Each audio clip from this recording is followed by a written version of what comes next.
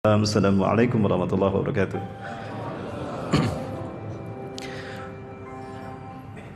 Kehormatan yang kesekian kalinya saya dapatkan pada pagi hari ini, Allah takdirkan saya bisa bersilaturahmi dengan jamaah Masjid Al-Istiqamah. Maka saya bersyukur pada Allah dengan sebaik-baik syukur padanya atas karunia limpahan nikmat ini bisa kembali hadir di Masjid Al-Istiqamah di Balikpapan ini. Saya sudah lupa lagi nih apakah kajian yang keberapa ya, yang keempat barangkali ya, yang keempat atau yang ketiga ya, di Masjid Istiqomah ini. Mudah-mudahan pertemuan kita ini menjadi satu wasilah kita akan mendapatkan kemenangan dari Allah Subhanahu wa taala.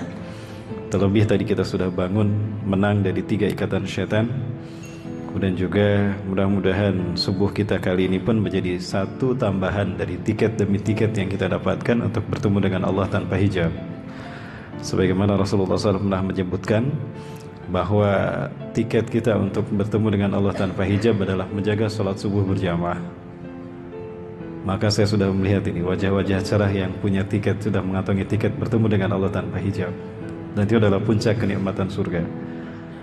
Salawat dan salam semoga dilimpahkan pada uswah dan qudwah kita Rasulullah Muhammad sallallahu alaihi wasallam, Nabi dan Rasul yang memiliki 3 tugas besar yang tidak dimiliki oleh para Nabi dan Rasul.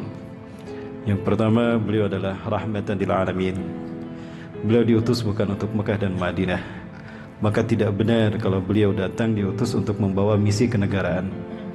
Konsep kenegaraan itu memiliki batas-batas teritorial. Andaikan Rasulullah kepala negara, apakah Mekah Madinah negaranya? Kalau Mekah Madinah negaranya, berarti rahmatan lil alamin Rasulullah tidak berlaku, karena dibatasi oleh teritorial batasan Mekah dan Madinah. Konsep ini bukan dari Islam. Rasulullah adalah rahmatan lil alamin. Di Mekah Madinah beliau rahmatan lil alamin. Di luar Mekah Madinah pun sama. Bahkan di langit pun beliau adalah rahmatan lil alamin. Jangan dikerdilkan dengan pemikiran-pemikiran konsep kenegaraan yang sebetulnya bukan dari Islam. Itu dari seorang misionaris Inggris yang bernama Montgomery Watt. Yang kedua, Rasulullah SAW adalah Amirul Anbiya wal Mursalin. Beliau adalah pemimpin para Nabi dan Rasul, di mana ketika para Nabi dan Rasul dihisab, diminta LPJ-nya, laporan pertanggungjawabannya, maka Rasulullah yang akan menyelamatkan mereka dengan kesaksiannya. Sebagaimana Nabi Nuh alaihissalam ketika diminta pertanggungjawabannya oleh Allah, ketika itu di hadapan Allah ternyata kaumnya mendustakan Nabi Nuh alaihissalam. Maka pada saat itu Allah bertanya pada Nabi Nuh, "Wa may yashhad laka ya Nuh?" Siapakah yang akan menjadi saksi bagimu wahai Nuh? Kaummu telah mendustakanmu. Maka dengan tegas Nabi Nuh mengatakan, "Alladzina yashhaduna li annani qad balagtu risalatak ya Rabb Muhammad sallallahu alaihi wasallam wa ummatuh."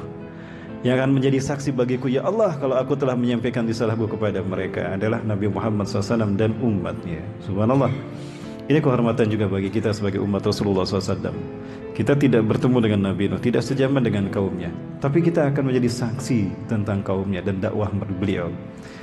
Apa yang membuat kita bisa kuat dan menjadi saksi adalah karena iman kita pada Al-Qur'an.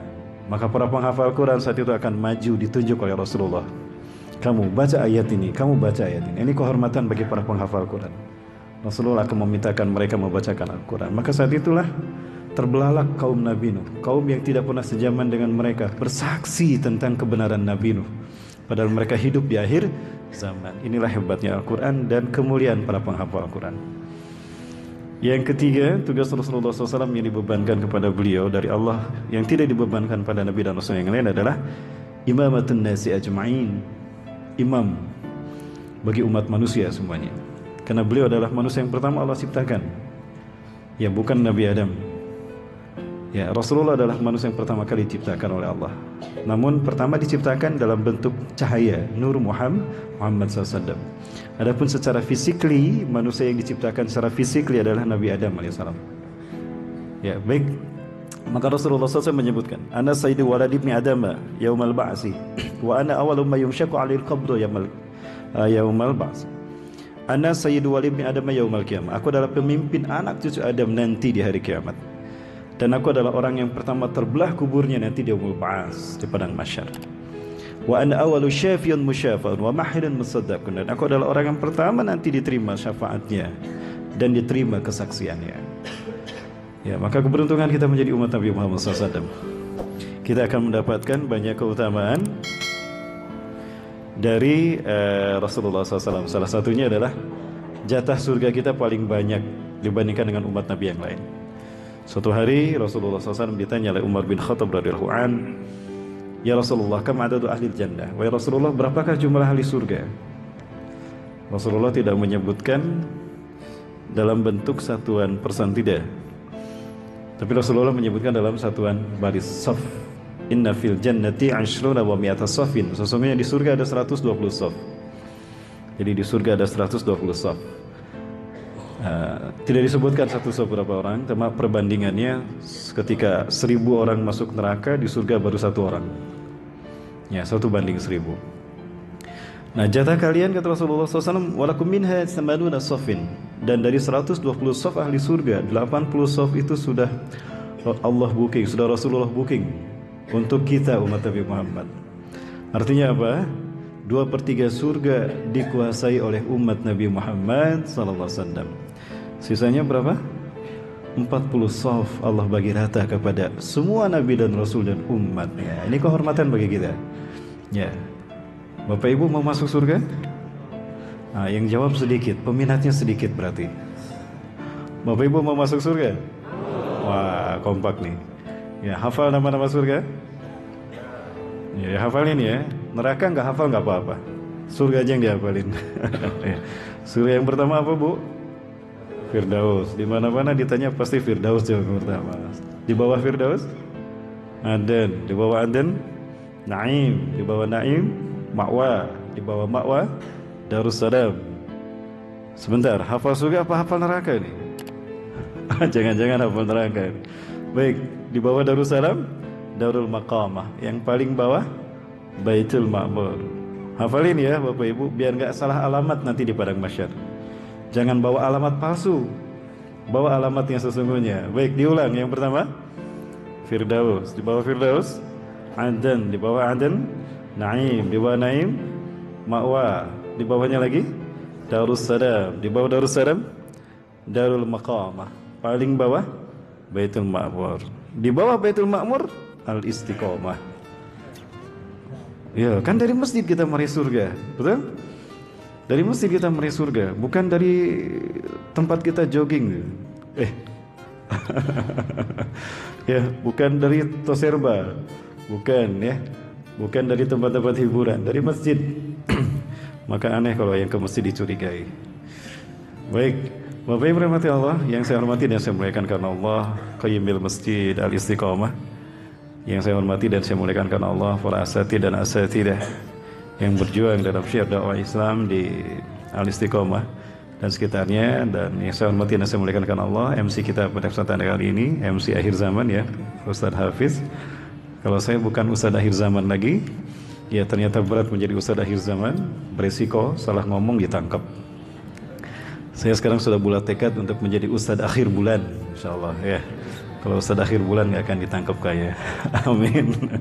Baik, yang saya hormati dan saya muliakan karena Allah, hadirin kaum muslimin muslimat rahimakumullah, jamaah salat subuh berjamaah di Masjid Al-Istiqomah dan juga para pemirsa di radio IDC Balikpapan dan juga pemerhati dimanapun Anda mendengar suara kami. Semoga Allah memberkahi antum sekalian, amin ya rabbal alamin. Hadirin kaum muslimin muslimat rahimakumullah, ini merupakan rangkaian yang ke-6 ya, rangkaian yang ke-6 safari dakwah saya di Balikpapan di akhir tahun 2019 ini. Kami sudah memulai pembahasan ini mulai di Masjid Al-Mukhlisun ya, Mushola Al-Mukhlisun. Materinya nyambung dan kali ini kita melanjutkan materi yang semalam kita bahas di Masjid Ar-Rahman, yaitu pembahasan tentang 3 titik tolak kebangkitan Islam, kebangkitan Tauhid di muka bumi. Berangkat dari hadis Rasulullah SAW. Mana layarnya? Nggak kelihatan, situ ya. Berangkat dari hadis Rasulullah SAW terkait dengan ini, ya, di dalam hadis dari Abu Hurairah radhiyallahu anhu, Ya, Rasulullah SAW menyebutkan la tushaddu rihal illa thalathati masajid. Janganlah kalian berziarah dengan niatan ibadah kecuali pada 3 masjid. Ya, maksudnya kalau mau umroh jangan dulu plus yang lain kecuali plus Aqsa dulu. Ini diperintahkan Rasulullah. Yang pertama Al-Masjidil Haram. Al-Masjidil Haram di Mekah. Yang kedua wa Masjidil Rasul SAW, Masjid Nabawi, dan yang ketiga wa Masjidil Aqsa. Yang pertama kenapa disebut Al-Masjidil Haram? Di dalam kitab Ar-Raisil Majalis Syekh As-Sa'labi rahimahullah menukilkan bahwa di sana Allah Subhanahu wa taala diceritakan memberikan suatu perintah pertama kepada Nabi Adam alaihissalam. Setelah Nabi Adam turun ke muka bumi di Nepal, Siti Hawa jatuh di Jeddah, terpisah keduanya selama 100 tahun, 1 abad. Allah pertemukan mereka mengijabah doa Nabi Adam alaihissalam bertemu kembali dengan Siti Hawa istrinya. Nah, kemudian Allah mengutus malaikat Jibril.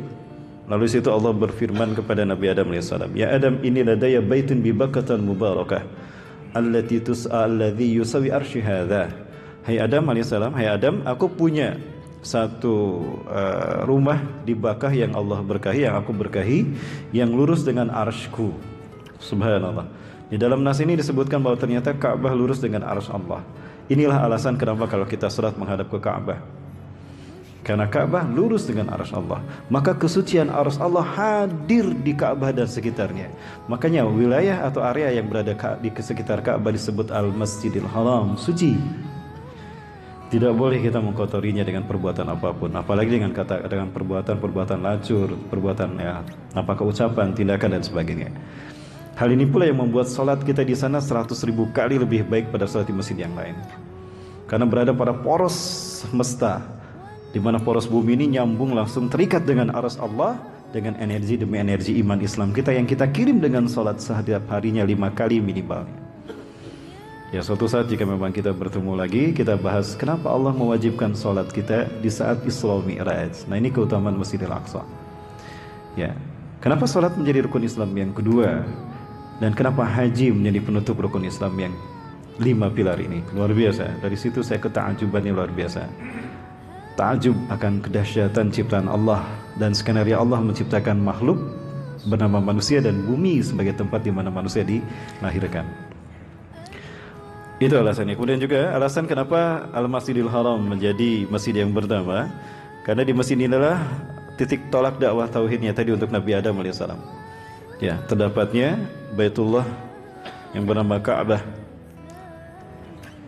Ya, yang mana kemudian Ka'bah ini Rasulullah SAW sebutkan menjadi golden mean-nya, menjadi rasio emas dunia, ya, yang seharusnya menjadi 0 derajatnya bagi umat manusia seluruh dunia. Ya, yang benar bagi kita adalah Mekah mean time. Pengaturan gradial bumi itu harusnya Mekah, bukan Greenwich. Jadi 0 derajatnya harusnya Mekah.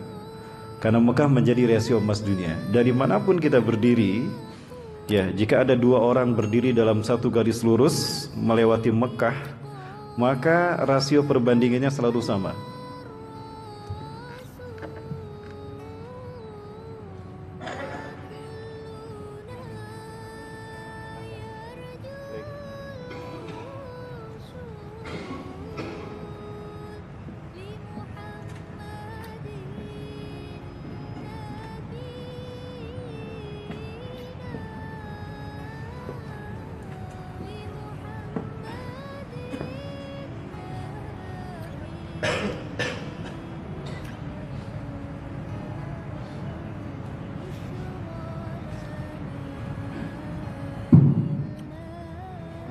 Ya, barakallahu ya Allah. Apabila 2 orang berdiri di ujung bumi masing-masing dalam satu garis lurus melewati Ka'bah, ya, melewati Ka'bah, maka akan yang terjadi satu jarak, ada jarak yang lebih pendek dan ada jarak yang lebih panjang.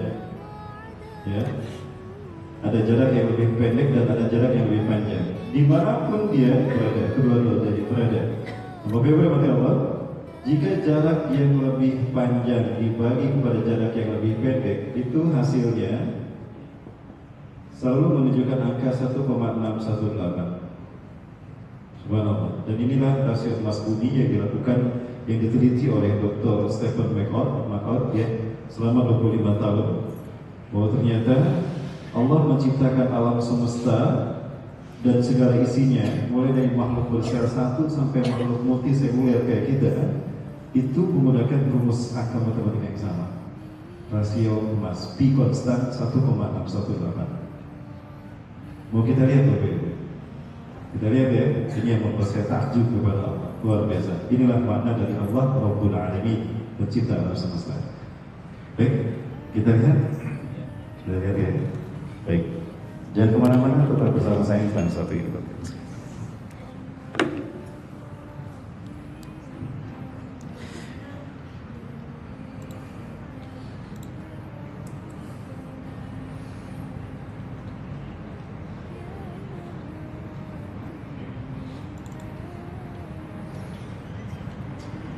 Ini ada soundnya, mohon maaf saya menggunakan sound, tapi nanti saya kecilkan ini.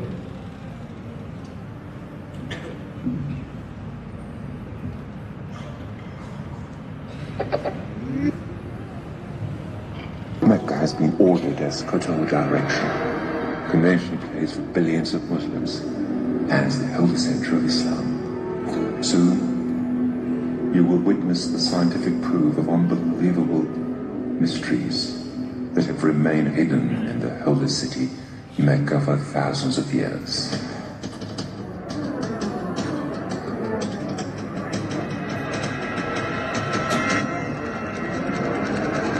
The constant, superior design number of mathematics, 1.618. The Creator has always used the very same number in numerous events in the universe. In our heart pulses, the aspect ratio of DNA spiral, and the special design of the universe, which is named as dodecahedron, and the leaf array rules of plants, which is named as phyllotaxy, and the snowflakes, crystals, in the spiral structure of numerous galaxies.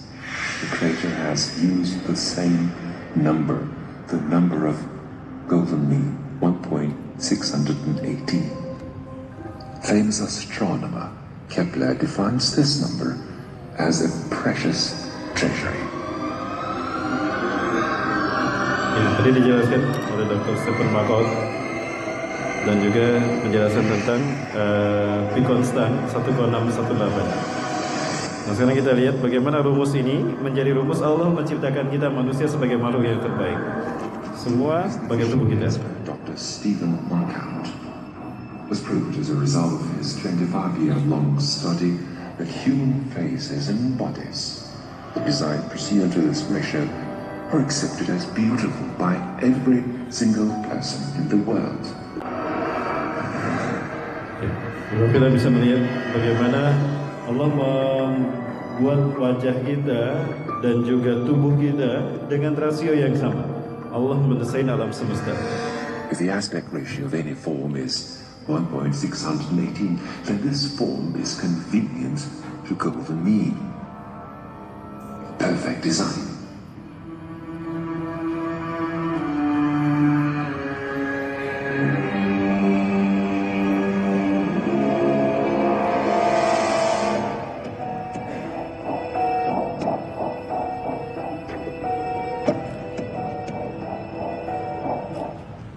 Bismillahirrahmanirrahim.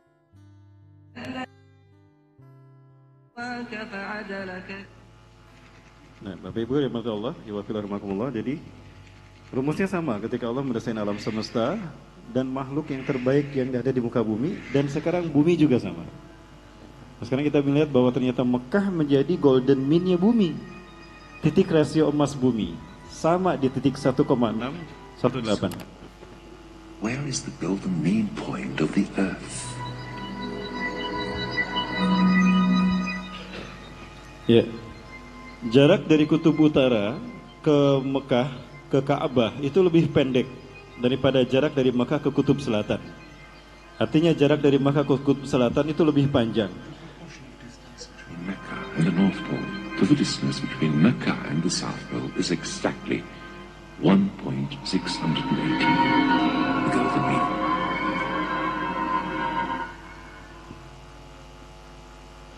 Jika jarak dari Mekah ke Kutub Selatan yang lebih panjang ini dibagi ke jarak dari Mekah ke Kutub Utara, hasilnya pun sama, 1,618. Inilah kenapa Mekah atau Ka'bah menjadi kiblat kita. Karena tidak akan pernah terjadi perbedaan jarak, perbedaan waktu. Maka aneh jika umat Islam berbeda Idul Fitrinya, berbeda Idul Adhanya, berbeda saumnya. Tidak boleh itu terjadi. Karena kita ummatan wahidah. Dengan rasio ini saja kita tidak akan mungkin mengalami perbedaan lebih dari 12 jam di seluruh dunia. Allahu Akbar. Ini yang membuat saya paham arti innallaha rabbul alamin. Baik, Bapak Ibu rahmati Allah, ini keutamaan yang pertama dari kota Mekah. Kenapa Mekah menjadi titik tolak dakwah tauhid? Manusia yang pertama, Nabi Adam dan juga yang pertama turun ke bumi dan juga Nabi Ibrahim alaihi wassalam ya. Baik, keutamaan lain yang Allah berikan kepada Mekah, kenapa menjadi titik tolak dakwah tauhid yang pertama ya bagi umat manusia sejak Nabi Adam dan Nabi Ibrahim alaihissalam adalah karena Allah Subhanahu wa taala menjadikannya sebagai kota suci. Itu tadi, karena lurus dengan arus Allah, maka sucinya arus Allah hadir di tanah suci Mekah. Ya, sehingga Rasulullah SAW mengatakan, "Inna hadzal balada haramahullahu yawma khalaqas samawati wal ard, fa huwa haramun bi hurmatillah ila yaumil qiyamah." Sesungguhnya negeri ini, Mekah, Allah sucikan dia di hari Allah menciptakan langit dan bumi. Maka dia akan tetap suci dengan kesucian yang Allah ciptakan berikan hingga hari kiamat. Allahu Akbar. Maka haram hukumnya orang-orang kafir, boleh nggak menyebut kafir nih? Boleh ya, Bapak sekalian. Yang melarang kita menyebut kafir itu tidak paham apa arti kafir ya. Bapak Ibu, kafir ini sebutan yang paling lembut dari Allah pada orang yang tidak menerima Islam sebagai agamanya dan fitrahnya. Apakah sebutan kafir ini ekstrim? Tidak. Kafir ini dari bahasa Arab, dari kata kafara yakfuru kufran, itu perbuatannya, yaitu ingkar. Ya, orang yang mengingkari Islam sebagai fitrahnya disebut kafir. Petani juga disebut kafir di dalam bahasa Arab. Kenapa? Karena pekerjaannya menutup lubang yang dibikinnya sendiri. Jadi mohon maaf iklan dulu Bapak Ibu ya. Sinetron aja ada iklannya ya. Baik. Nah, maka orang yang ingkar kepada Allah disebut kafir karena dia menutup fitrahnya. Islam, karena fitrah manusia Allah ciptakan dalam keadaan Islam. Barusan kita lihat bagaimana Allah mendesain kita sebagai makhluk yang terbaik dengan satu rumus yang sama. Dengan rumus yang sama, yaitu tauhid. Ya, tauhid. Betulkah tauhid Bapak Ibu? Coba kita lihat. Ya, tadi yang kita lihat tayangan yang tadi mengingatkan kita kepada tauhid rububiyah.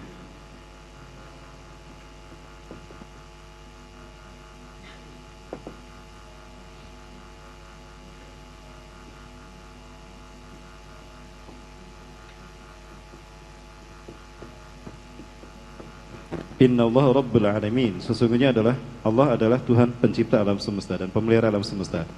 Bapak Ibu mohon maaf saya tidak bermaksud mengadakan hal-hal yang lain, cocokologi tidak, tapi coba kita lihat kalimat innallaha rabbul alamin.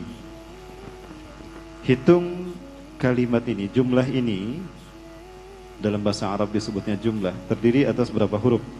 Abaikan tasydid dan sukunnya. Ada berapa huruf?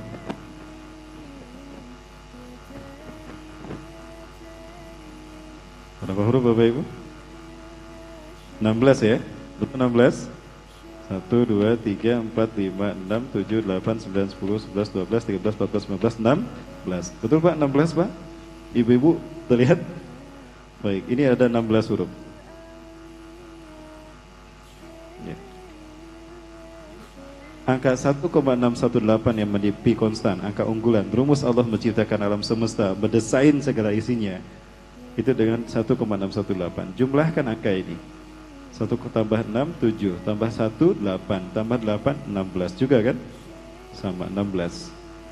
Jumlahkan angka 16. 1 tambah 6, 7. Allah menciptakan langit dan bumi berapa hari? 7 hari. Bumi ada berapa lapis? 7. Langit ada berapa lapis? 7. Kita tawaf berapa keliling? 7. Subhanallah. Keajaiban demi keajaiban Allah perlihatkan. Inilah tauhid rububiyah. Maka Allah pilih Mekah sebagai titik tolak dakwah tauhid bagi dakwah yang pertama, ya. Dan manusia yang pertama disebut oleh Nabi Ibrahim alaihissalam. Nah, ini kesucian yang keutamaan yang kedua dari kota Mekah. Allah sucikan Mekah, di mana kesucian arus Allah hadir di kota suci Mekah. Maka ini menjadi alasan kenapa Makkah Mukarramah disebut masjidnya disebut Al-Masjidil Haram dan disebut dengan kota haram. Keutamaan yang kedua dari Masjidil Haram dari Mekah adalah Mekah merupakan tempat yang paling dicintai oleh Rasulullah SAW. Ya, ketika Rasulullah SAW harus pergi meninggalkan Mekah untuk hijrah demi menyelamatkan iman dan Islam umat Islam saat itu dari penetrasi kafir Quraisy. Ya, di Mekah Rasulullah SAW selama 13 tahun melakukan dakwah tarbiyah fardiyah yang membentuk individu-individu Muslim. Dan mereka susah untuk dipersatukan menjadi umatan wahidah. Nah, di Madinah, periode Madinah ini menjadi fokus kepada takwinu ummatul islamiyah, umatan wahidah, membentuk umat yang satu. Nah, ketika berangkat pergi meninggalkan Mekah, Rasulullah SAW bersabda, "Wallahi demi Allah, innaka la khairu ardillah." Sesungguhnya engkau Mekah, innaki. Sesungguhnya engkau hai Mekah la khairu ardillah, adalah sungguh sebaik-baik bumi Allah. Wa habbu ardillah ilallah, dan negeri Allah yang paling Allah cintai. Walaula anni ukhrijtu minki, andaikan aku tidak terusir meninggalkan engkau ke Madinah, ma ukhrajtu, aku tidak akan mungkin meninggalkan engkau hai Mekah. Baik, ini hanya review sebetulnya Bapak Ibu ya atas materi yang sebelumnya. Yang ketiga, nah karena Mekah ini menjadi poros yang kemudian poros antara bumi dengan ars Allah, dan juga lurus dengan arus Allah, ada Ka'bah di sana, maka sholat di Masjidil Haram itu 100.000 kali lebih baik karena ada pada pusat porosnya. Ya, 100.000 kali lebih baik daripada sholat di masjid yang lain. Sebagaimana Rasulullah SAW sabdakan dari hadis riwayat Imam Ahmad, ya, Ibnu Majah, dan disahihkan oleh Syekh Al-Albani. Ya, Rasulullah SAW bersabda, "Sholatu fil Masjidil Harami afdalu min mi'ati alfi sholatin fi ma siwah." Salat di Masjidil Haram itu 100.000 kali lebih baik dari salat di Masjidil Aqsa. Nah, kemudian Bapak Ibu yang mati Allah, Bismillah rahmatullah. Maka dari itu, sekali lagi orang-orang yang non-muslim, ya, jadi non-muslim sebutannya ya, orang kafir tadi. Ya, tadi pembahasan kafir belum selesai ya. Ya, jadi kenapa disebut kafir? Karena orang itu menutup fitrahnya dengan keingkarannya. Ya, enggak ekstrim sebetulnya. Cuma mereka yang tidak paham saja. Bapak Ibu, kalau ada sebuah buku itu ada sampulnya kan? Ada sampulnya. Nah, sampul buku bahasa Inggrisnya apa? Cover. Justru buku ini ekstrim kalau tidak disampul. Nah, yang ekstrim itu buku tidak disampul. Nah, sampul buku bahasa Inggrisnya cover. Cover bukan bahasa Inggris, itu bahasa Arab. Dari kata kufrun, penutup. Fitrahnya manusia Islam, ya, ditutup dengan keingkarannya, maka disebut kafir. Orang yang menutupi fitrahnya Islam. Nah, itu arti kafir. Ekstrim tidak? Tidak. Baik, mudah-mudahan ini direvisi kembali oleh mereka yang mengatakan kata kafir itu ekstrim. Nah, maka dari itu Bapak Ibu sekalian, karena kesucian demi kesucian inilah Allah Subhanahu wa taala melarang orang-orang yang kafir dan musyrik ada di Mekah dan sekitarnya. Di dalam Quran surat At-Taubah, setelah Fathul Mekah, Allah menurunkan firman-Nya, A'udzubillahi minasyaitonirrajim, innamal musyrikuna najasun fala yakribannal masjidal haram ba'da 'amihim hadza. Sesungguhnya orang-orang musyrik itu najis, enggak boleh mereka memasuki Masjidil Haram setelah Fathul Mekah ini sampai hari kiamat. Hal ini kemudian ditafsirkan, diterjemahkan juga, dikomentari oleh seorang mufassir, ya, Imam Al-Qurtubi rahimahullah, di dalam kitabnya Al-Jami' li Ahkamil Quran juz ke-8 halaman 96, beliau mengatakan, diharamkan memberikan keleluasan kepada orang musyrik untuk masuk tanah haram apabila ia datang. Hendaknya imam atau penguasa mengajaknya keluar wilayah tanah haram untuk mendengarkan apa yang ia ingin sampaikan. Seandainya ia masuk dengan sembunyi-sembunyi mengendap-endap datang ke kota suci Mekah, lalu tinggal di Mekah dan meninggal dikubur di sana, maka kuburannya harus digali, pindahkan tubuhnya atau tulang belulangnya keluar dari kota Mekah. Nah, ini harus diperhatikan ini oleh para penguasa, oleh para pemegang kunci Mekah dan Madinah sampai hari kiamat. Termasuk juga Madinah sebetulnya. Karena Rasulullah SAW pernah menyampaikan, ukhrujul musyrikin min jaziratil Arab. Usir, keluarkan orang-orang musyrik dari jazirah Arab. Jadi jazirah Arab ini harus steril. Karena ini adalah kehormatan kita umat Islam dunia. Baik. Nah, namun apa yang terjadi pada kota Mekah hari ini, Bapak Ibu dirahmati Allah, Mekahnya tetap suci. Dulu Mekah pernah dipenuhi dengan berhala kan, dan berhala ini kotor ada di sana. Maka ketika Fathul Mekah 360 berhala disingkirkan. Hari ini pun ada beberapa hal yang saya cermati dari kota Mekah ya Bapak Ibu sekalian. Ini ada hadis dari Abdullah bin Umar radhiyallahu anhu yang semalam kita bahas ya. Rasulullah SAW pernah berdoa kepada Allah meminta keberkahan untuk Syam dan untuk Yaman. Ya, Allahumma barik lana fi Syamina wa barik lana fi Yamanina. Ya Allah, berkahilah untuk kami Syam kami dan berkahilah untuk kami Yaman kami. Nah, para sahabat tidak mendengar Rasulullah SAW mendoakan Najd. Padahal di dalam Najd ini satu wilayah yang sekarang menjadi Saudi Arabia. Ya, Najd.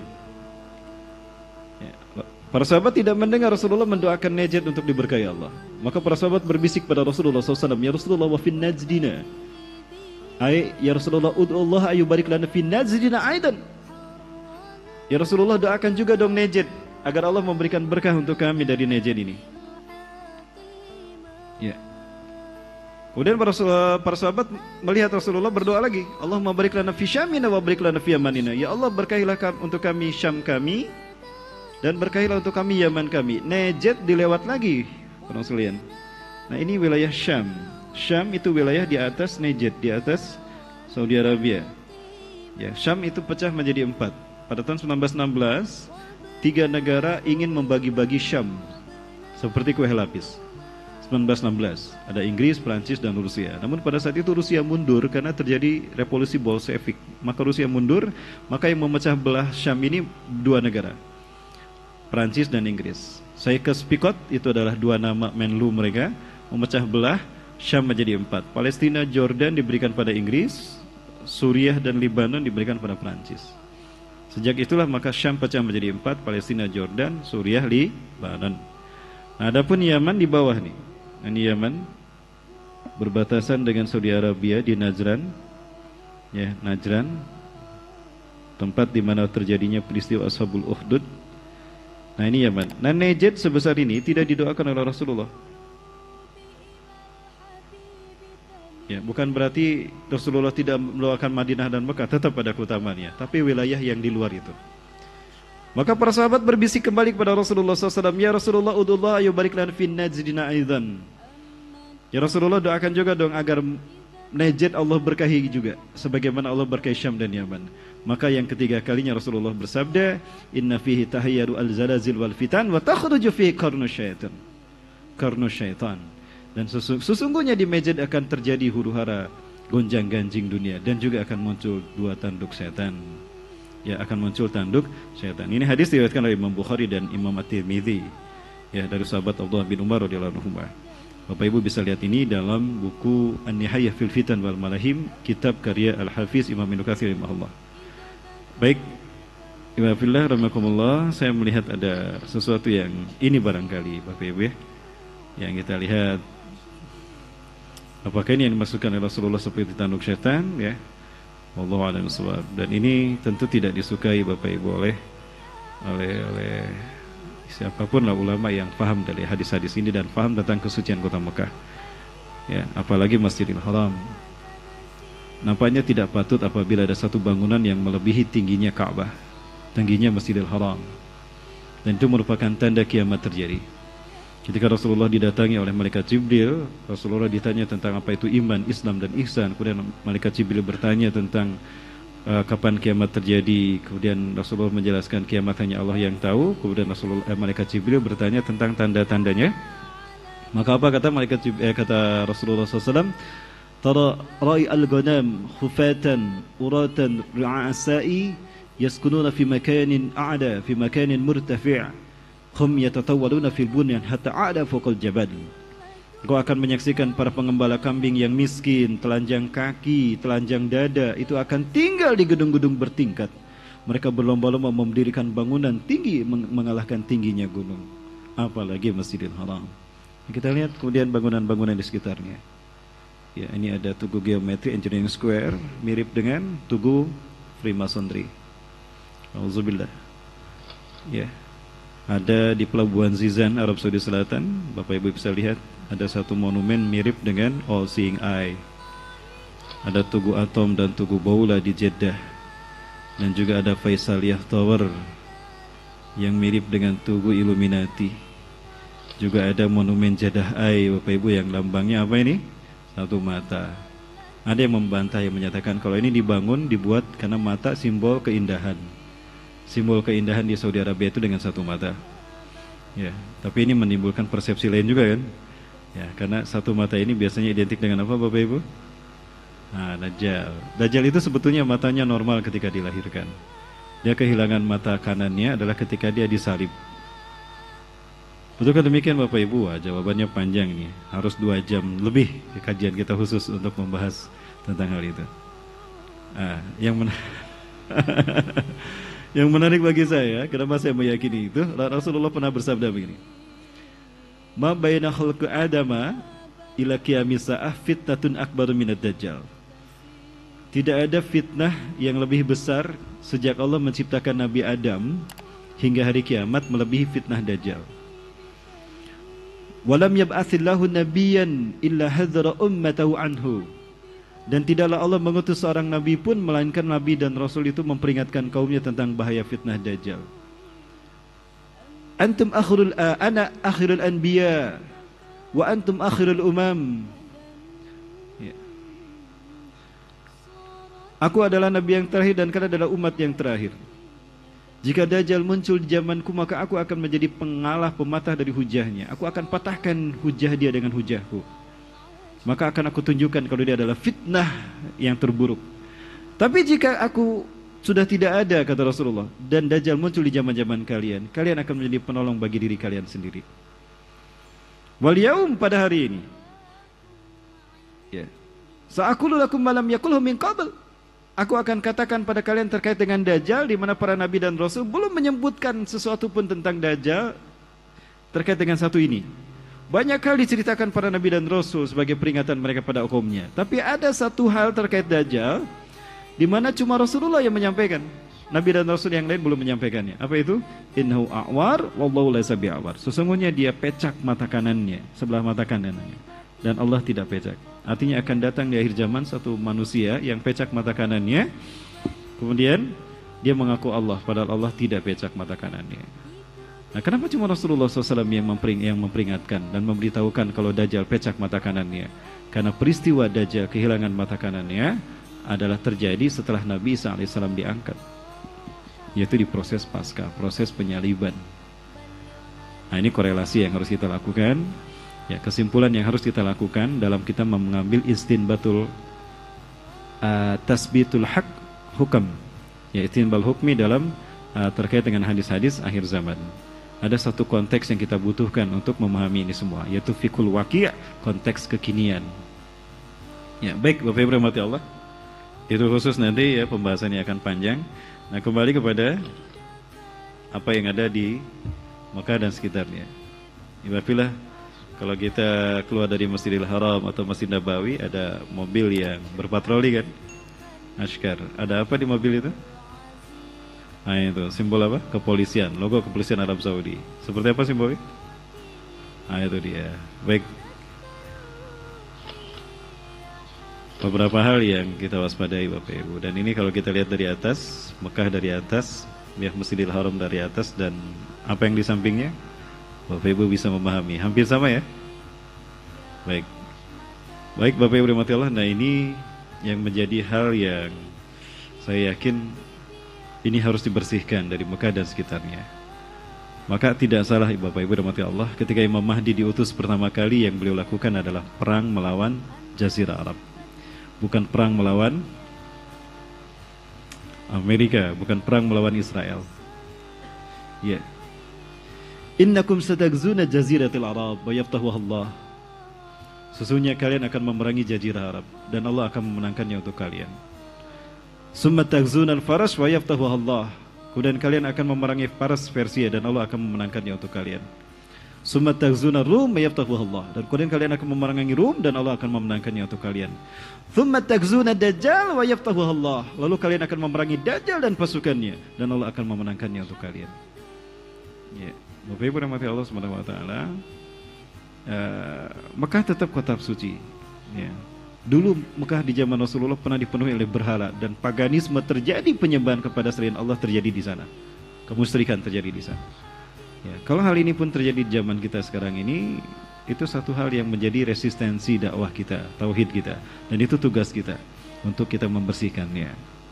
Ya, mohon maaf Bapak Ibu, saya sampaikan ini hadisnya ada tadi, ya, bahwa ternyata Imam Mahdi yang nanti akan diutus oleh Allah Subhanahu Wa Taala sebagai mujaddid, sebagai reformis, ya, bukan Nabi dan Rasul, beliau akan melakukan tugasnya pertama kali itu tadi. Yang membersihkan Mekah dan sekitarnya, Madinah dan sekitarnya dari sesuatu yang tidak halal berada di tempat-tempat itu. Ya, baik Bapak Ibu, ini tentang Mekah. Nah kemudian yang kedua Madinah. Ya, yang kedua Madinah, yang Allah lewat lisan Rasulnya perintahkan pada kita untuk kita ziarahi dengan niatan ibadah. Kenapa demikian? Madinah ini menjadi titik tolak dakwah tauhid bagi Rasulullah SAW. Ya. Di mana di Madinah ini Rasulullah SAW ketika hijrah ke Madinah, kemudian Rasulullah berdoa kepada Allah, ya. Jika di Madinah ini Rasulullah SAW berdoa kepada Allah, ya Allah, inna hadal amra qad wakilta ila abina Ibrahim alaihissalam, qad wakilta ila abina Ibrahim alaihissalam. Ya Allah, sesungguhnya perintah dakwah tauhid ini telah kau perintahkan dulu pada bapakku Ibrahim alaihissalam. Hari ini kau perintahkan kepadaku. Maka aku meminta kepadamu ya Allah, berkahilah Madinah ini sebagaimana kau berkahi Mekah untuk Ibrahim alaihissalam. Berkahi setiap jengkal tanah Madinah, berkahi setiap sok gandum dan kurmanya. Maka Allah berkahi Madinah untuk Rasulullah SAW. Maka jadilah Madinah titik tolak dakwah tauhid untuk mengembalikan kembali tauhid kembali ke Mekah.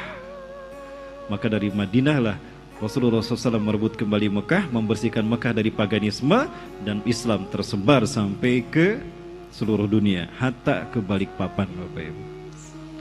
Nah itu Bapak Ibu sekalian rahmati Allah. Nah, namun ada fitnah nanti yang akan terjadi di sekitar Madinah, bukan di dalam kota Madinah, di mana Dajjal akan datang ke kota Madinah. Sayati Dajjal ilal Madinah wa huwa mani'un min dukhuliha. Dajjal akan datang ke kota Madinah tapi dia terhalang untuk memasukinya. Kenapa demikian? Li'anna fi kulli babin min bawabatil Madinah lahu malakan. Ya. Karena sesungguhnya di setiap pintu gerbang dari semua pintu gerbang Madinah itu dijaga oleh dua malaikat, bisihami hima, ya, dengan dua panah-panah mereka, dengan panah-panah mereka. Jadi malaikat yang menjaga Madinah dari setiap pintunya itu memegang panah. Maka satu langkah Dajjal masuk ke dalam Madinah, dipanah dia, mati dia. Maka takut Dajjal memasuki Madinah. Fayamkusu kharijul Madinah, fayamkusu kharijal Madinah fi makanin mulhid hiwalal Madinah. Maka Dajjal tinggal di luar Madinah di tempat yang bergaram. Nah, ada tempat yang bergaram saat ini, Bapak Ibu rahmati Allah, di sekitar Madinah, yaitu Jabal Habsi, 7 km sebelah barat daya Masjid Nabawi, ya, ke arah barat daya. Jadi Masjid Nabawi persis di timurnya. Nah, Rasulullah SAW menyebutkan, "Thumma yas'adu hadal jabal." Maka Dajjal kemudian akan menaiki bukit ini. "Summa yatawajjah ila jihatil Madinah."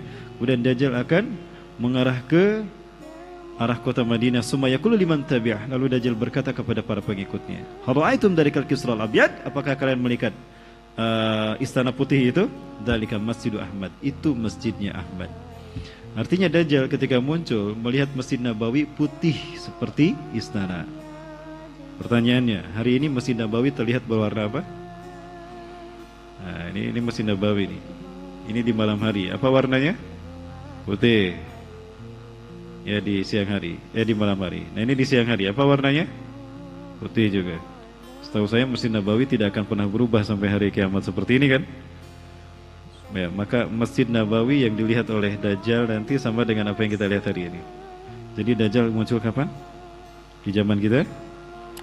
Masya Allah. Wallahu a'lam bishawab.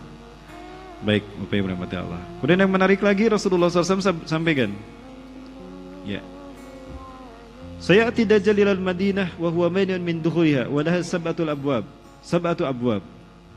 Ya. Dajjal akan datang ke kota Madinah dan pada saat itu Madinah terlarang untuk Dajjal, tidak bisa memasukinya, dan Madinah punya 7 pintu gerbang. Ya, punya 7 pintu gerbang yang setiap gerbangnya dijaga 2 malaikat. Hari ini berapa pintu gerbang memasuki Madinah? Ada 7, Bapak Ibu. Ada 7 pintu gerbang memasuki Madinah. Baik, nah Bapak Ibu rahmati Allah, ciri kalau Madinah ini sudah dikunjungi Dajjal, tapi Dajjal tidak bisa memasukinya, apabila kita mendengar ada goncangan 3 kali di Madinah. Nah ini fitnah yang akan sampai ke kota Madinah. Ketika di akhir zaman menjelang kiamat, menjelang kebangkitan Islam, Makkah dan Madinah penuh dengan fitnah. Berbalik, Syam, Palestina, Suriah menjadi titik aman. Disitulah Imam Mahdi akan menetap. Fustatul muslimin yauma malhamatil kubra, ya, fi Gutah. Pusat pemerintahan umat Islam di saat huru-hara akhir zaman terjadi adalah di kota Gutah, Syarqiyah Dimashq, di Damaskus Timur. Lebih tepatnya lagi di Halab. Halab adalah tempat di mana Nabi Ibrahim hijrah meninggalkan Irak ke Haran, dari Haran ke Halab, Aleppo. Nah di Aleppo inilah terdapat masjid yang bermenara putih yang diyakini dan disebutkan dalam hadis Rasulullah SAW, Nabi Isa akan turun di sana. Baik Bapak Ibu Allah, ini Madinah. Nah yang ketiga adalah Al-Masjidil Aqsa. Ya, yang ketiga Al-Masjidil Aqsa. Disebut Al-Masjidil Aqsa, Aqsa itu artinya terjauh. Terjauh diukur dari Mekah. Jadi diukur dari Mekah ini yang paling jauh. Dan itulah menjadi tempat tujuan Rasulullah SAW Isra dan Mi'raj. Ada satu hal yang menarik Bapak Ibu. Kenapa untuk naik ke Sidratul Muntaha untuk Mi'raj harus berangkat dari Masjidil Aqsa? Kan naik dari Mekah Masjidil Haram juga bisa ya? Naik dari Masjid Nabawi pun bisa kan? Ke Sidratul Muntaha. Kenapa harus dari Masjidil Aqsa? Dan dari Masjidil Aqsa ini ketika naik ke langit, di situ Allah perintahkan, wajibkan sholat 5 waktu pada kita, dan ini perintahnya langsung pada Rasulullah tanpa perantara. Dari sekian kewajiban, ya, rukun Islam yang wajib kita tunaikan, cuma sholat yang Allah perintahkan langsung dari Allah pada Rasulullah, biduni muwasitati Jibril, tanpa perantaraan malaikat Jibril. Nah, sholat terkait dengan tauhid. Dan kebangkitan tauhid di akhir zaman ketika Mekah dan Madinah ada dalam pengaruh hegemoni Zionisme dan sebagainya, itu adalah dari Masjidil Aqsa. Ketika Mekah penuh dengan paganisme, berhala, Rasulullah hijrah ke Madinah. Maka dari Madinah Rasul persatukan para sahabat, dibentuk umatan wahidah, ada kekuatan, direbut kembali. Terbebaskanlah Mekah dengan Fathul Mekahnya tahun 8 Hijriah. Nah sekarang Mekah Madinah ada dalam cengkeraman mereka. Nah maka dari Masjidil Aqsa kita bebaskan Mekah dan Madinah. Kalau Masjidil Haram untuk Nabi Adam dan Nabi Ibrahim, Masjid Nabawi untuk Nabi yang terakhir Nabi Muhammad SAW, lalu Masjidil Aqsa untuk siapa? Imam Mahdi. Imam Mahdi. Dan kemunculan Imam Mahdi ini merupakan hal yang sangat prinsip di dalam Islam. Rasulullah SAW menyebutkan dalam hadisnya. Ya kita lihat Bapak Ibu sekalian, Allah. Bagaimana nilai pentingnya Imam Mahdi. Sampai-sampai Allah Subhanahu wa taala akan memperpanjang 1 hari demi diutusnya Imam Mahdi ini. Ya. Coba kita lihat hadisnya. Ini hadisnya. Rasulullah SAW bersabda di dalam hadis yang diriwayatkan oleh Imam Abu Daud rahimahullah, "Law lam yabqa min ad-dunya ila yawmin la tawallallahu dzalikal yawm hatta yub'atsu fihi rajulun min ahli baiti." Andaikan hanya tersisa 1 hari saja, andaikan tidak tersisa sebelum hari kiamat kecuali hanya 1 hari saja, maka Allah akan memanjangkan hari itu hatta yub'atsa fi rajulun min ahli baiti, sehingga diutus seorang laki-laki dari keturunanku, yuwati usmu ismi, namanya sama dengan nama ayahku. Namanya sama dengan namaku, dan nama ayahnya sama dengan nama ayahku. Ya, nama Rasulullah itu banyak. Bisa Muhammad, bisa Ahmad, bisa Yasin, bisa Mustafa. Ya, cuma yang terkenal dari nama Rasulullah siapa? Muhammad. Ya, mudah-mudahan Muhammad namanya. Muhammad bin Abdullah. Yamlul arda adlan wa qistan, beliau akan memenuhi dunia dengan keadilan dan kesejahteraan, sebagaimana sebelumnya dipenuhi oleh kezaliman, pembantaian dan huru-hara. Jadi hadirnya beliau untuk menciptakan keamanan seluruh dunia, kesejahteraan seluruh dunia. Yang kedua, untuk memimpin dunia. Ya ummul ard biridwanillah wa bihaqbillah, menegakkan hukum Allah dan membersihkan Islam dari paham-paham sesat. Dan yang terakhir, menciptakan kedamaian di seluruh dunia. Kapan beliau akan diutus? Wallahu a'lam bishawab, hanya Allah yang Maha tahu. Ada satu berita sampai kepada guru kita, Ustaz Zulkifli Muhammad Ali. Semoga Allah melindungi beliau, melindungi ustaz-ustaz kita, terutama ustaz-ustaz akhir zaman ya. Yang kita tahu ada 4 katanya ustaz akhir zaman. Ada Ustaz Zulkifli Muhammad Ali, ada Ustaz Abu Fatih Al-Adnani, dan juga ada Ustaz Nur Ihsan, Ustaz Ihsan Tanjung ya. Satu lagi siapa? Bukan saya. Saya Ustaz akhir bulan, bukan Ustaz akhir zaman ya. Baik.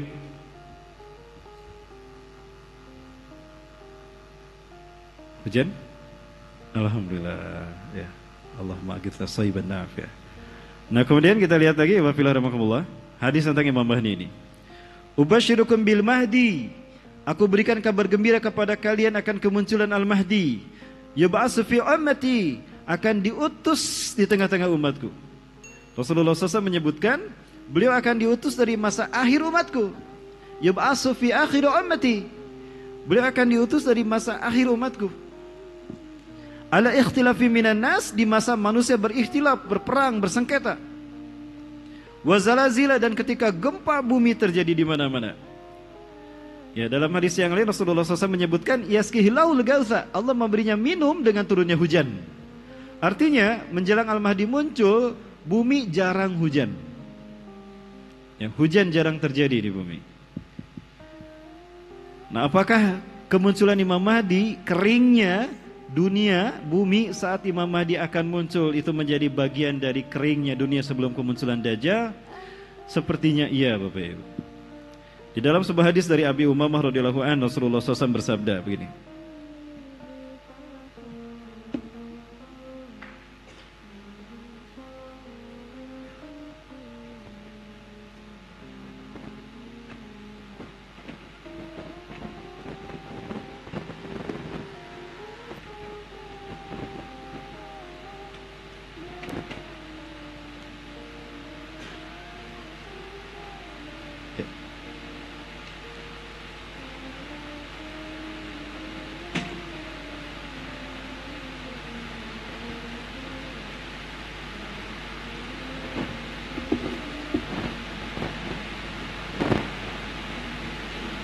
Apa tadi mau saya sampaikan? Oh iya, 3 tahun kemarau panjang. Inna qabla khurujid Dajjal. Ini hadis dari Abu Umamah radhiyallahu an. Abu Umamah adalah pemimpin sahabat Ansar yang masuk Islam di saat Baitul Aqabah yang pertama, tahun ke-11 Bi'tsah. Nah, Abu Umamah menyatakan kalau Rasulullah SAW bersabda, Inna qabla khurujid Dajjal 3 sanawat syidad. Sesungguhnya sebelum kemunculan Dajjal akan ada terjadi 3 tahun tersulit bagi umat manusia tinggal di muka bumi. Fiha jau'un syadid, di sana akan terjadi kelaparan yang sangat dahsyat luar biasa. Di tahun yang pertama, Ya'murullahu as-sama an tahbita sulusa matriha. Allah perintahkan di tahun pertama langit untuk menahan sepertiga airnya, dan bumi menahan sepertiga tanamannya. Wa ya'murul arda an tahbisa sulusa nabatiha. Di tahun pertama sepertiga hujan tidak turun selama setahun, dan sepertiga tanaman tidak tumbuh selama setahun. Maka dunia akan mengalami mulai kekeringan, kesulitan pangan sudah mulai terjadi. Kemudian di tahun yang kedua Allah perintahkan pada langit an tahbita sulusai matriha. 2/3 air hujan tertahan tidak turun selama setahun, dan 2/3 tanaman pun tidak tumbuh selama setahun. Makin kering dan kelaparan merajalela di mana-mana.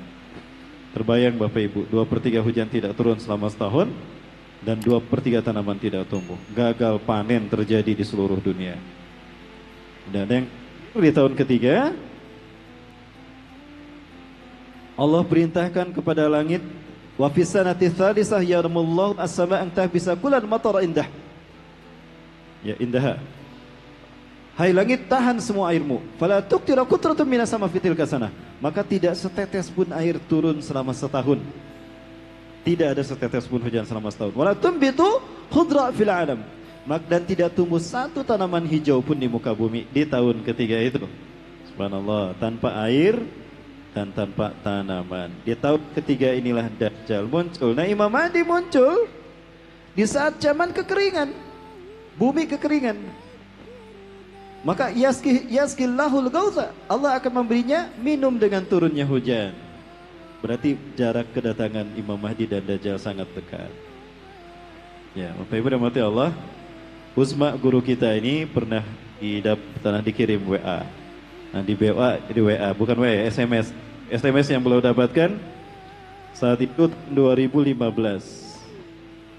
Tahun 2015 berita sampai pada beliau. Ada seseorang warga negara Indonesia sudah 20 tahun tinggal di Madinah. Ustadz, Assalamualaikum Ustadz. Waalaikumsalam warahmatullahi wabarakatuh. Beliau ceritakan, saya orang Indonesia, saya sudah 20 tahun tinggal di Madinah. Saya sedang belajar ilmu hadis. Kebayang 20 tahun tinggal di Madinah, serasa sudah menjadi penduduk Madinah. Beliau belajar ilmu hadis, banyak semua ulama ahli hadis Madinah beliau hafal. Nah, saya bersahabat Ustadz dengan seorang laki-laki yang mulia. Semua ulama ahli hadis di Madinah ini yakin beliau inilah Imam Mahdi. Semua ciri-ciri Al-Mahdi baik secara fisik dan segi akhlak ada pada orang ini. Dan beliau namanya pun sama dengan nama yang disebutkan Rasulullah, Muhammad bin Abdullah. Perkiraannya itu, cuma nggak disebutkan ya. Kalau tidak salah Muhammad bin Abdullah. Nah, tapi belum menolak. Aku bukan Imam Mahdi, aku hanya orang Madinah saja. Ada ulama lain si fulan lebih berhak daripada saya, lebih berhak daripada saya. Subhanallah. Rasulullah SAW menjelaskan ketika 7 ulama dunia berkumpul di tanah suci Mekah setelah ibadah haji selesai. Artinya masih di musim haji. 7 ulama dunia ini mencari-cari di mana Imam Mahdi. Ketemu Imam Mahdi di Mekah. Maka mereka mengatakan pada Imam Mahdi, "Ifsit yadaka anta al-Mahdi alladhi ba'asallahu mujaddidan lihadaddin fi akhir zaman nusratan min Allah di hadil ummah." Engkau adalah Al-Mahdi yang Allah utus sebagai pertolongan dari Allah untuk umat akhir zaman ini, untuk menangkis semua fitnah dan menyelamatkan umat manusia. Apa jawaban beliau? Lastu Mahdian, aku bukan Imam Mahdi. Ana ihda minal ansar, aku adalah salah satu orang dari orang-orang Ansar Madinah. Beliau menolaknya. Nah, orang ini pun sama. Ustadz, ini adalah SMS saya. Setelah ini akan saya hapus dan akan saya buang nomor ini. Ini SMS saya yang pertama dan terakhir untuk Ustadz. Banyak hal diceritakan oleh beliau tentang orang ini. Saat itu beliau ceritakan, orang yang diduga Imam Mahdi itu usianya di tahun 2005 adalah 35 tahun. Sekarang tahun 2019, berarti usianya berapa? 39 tahun. 2020 usianya berapa? 40 tahun. Rasulullah SAW menyebutkan Al-Mahdi akan diutus sebagai Al-Mahdi di usia 40 tahun. Allah akan mengutusnya di usia aku diutus menjadi Nabi dan Rasul. Jadi usianya sama dengan Rasulullah. Apakah tahun depan Imam Mahdi diutus? Allahu a'lam bishawab. Bapak Ibu rahmati Allah, kita mendapatkan berita seorang pengawal Raja Salman meninggal dunia. Betul? Itu pengawal bernama Mayor Jenderal Abdul Aziz Al-Fagham. Beliau orang terkuat. Allah kirimkan beliau ini untuk melindungi Raja Salman. Qadarullah beliau meninggal dunia. Informasi yang beredar di media kalau beliau terlibat adu mulut dengan teman yang kemudian Bapak Ibu beliau tertembak. Berita yang saya dapatkan dari Saudi sana tidak seperti itu. Sudah 3 kali Raja Salman yang saya tahu, yang saya dengar berita yang sampai pada saya, beritanya ya tolong ada seseorang yang saya tugaskan untuk selalu mengamati apa yang terjadi di sana. Terakhir beliau kirimkan berita pada saya, sudah 3 kali Raja Salman berupaya untuk ditembak. Ada 3 putra mahkota yang saat ini sedang menunggu kematian Raja Salman, termasuk putranya. Hal ini membenarkan apa yang disampaikan Rasulullah SAW. Yang tatilu satu neng dakang jikum, akan berperang 3 orang laki-laki di sisi Ka'bah kalian. Jadi Ka'bah nanti sekitarnya akan terjadi berdarah-darah, akan dipenuhi oleh darah. pertumpahan akan terjadi di tanah suci Mekah, pertumpahan darah. Kulum ibnu khalifatin, tiga-tiganya anak raja. Ya, tidak disebut raja atau khalifah di sana artinya raja, karena tidak ada khalifah sebelum Imam Mahdi. Ya. Tsumma la yasilu ila wahidin minhum, tapi mereka tidak berhasil menjadi raja, karena yang akan dipilih memimpin adalah Imam Mahdi. Jadi apabila seorang raja disebutnya Kang Zun itu Ka'bah kan, berarti Saudi Arabia, dan kita tahu Raja Saudi yang terakhir Raja Salman. Nah kalau Raja Salman ini meninggal dunia, maka 3 putra mahkotanya akan berebut kekuasaan. Ada 3 orang yang terkuat hari ini. Yang pertama ada Muhammad bin Salman, putranya sendiri. Yang kedua ada Muhammad bin Nayef. Yang ketiga ada Mutib bin Abdullah. Harusnya putra mahkota jatuh pada adik Raja Salman, Mukrin bin Abdul Aziz. Namun Mukrin bin Abdul Aziz meninggal dunia ketika helikopter yang ditumpanginya jatuh. Ada yang menembak dan jatuh sehingga beliau pun meninggal, meledak. Helikopternya meledak dan beliau pun meninggal dunia. Nah kemudian juga ada versi lain, ternyata muncul satu orang yang juga ini pangeran juga, putra mahkota, Khalid bin Farhan, sekarang berada di Jerman. Di dalam harian Detik News diberitakan bahwa Khalid bin Farhan ini menyerukan untuk mengkudeta Raja Salman dan putranya.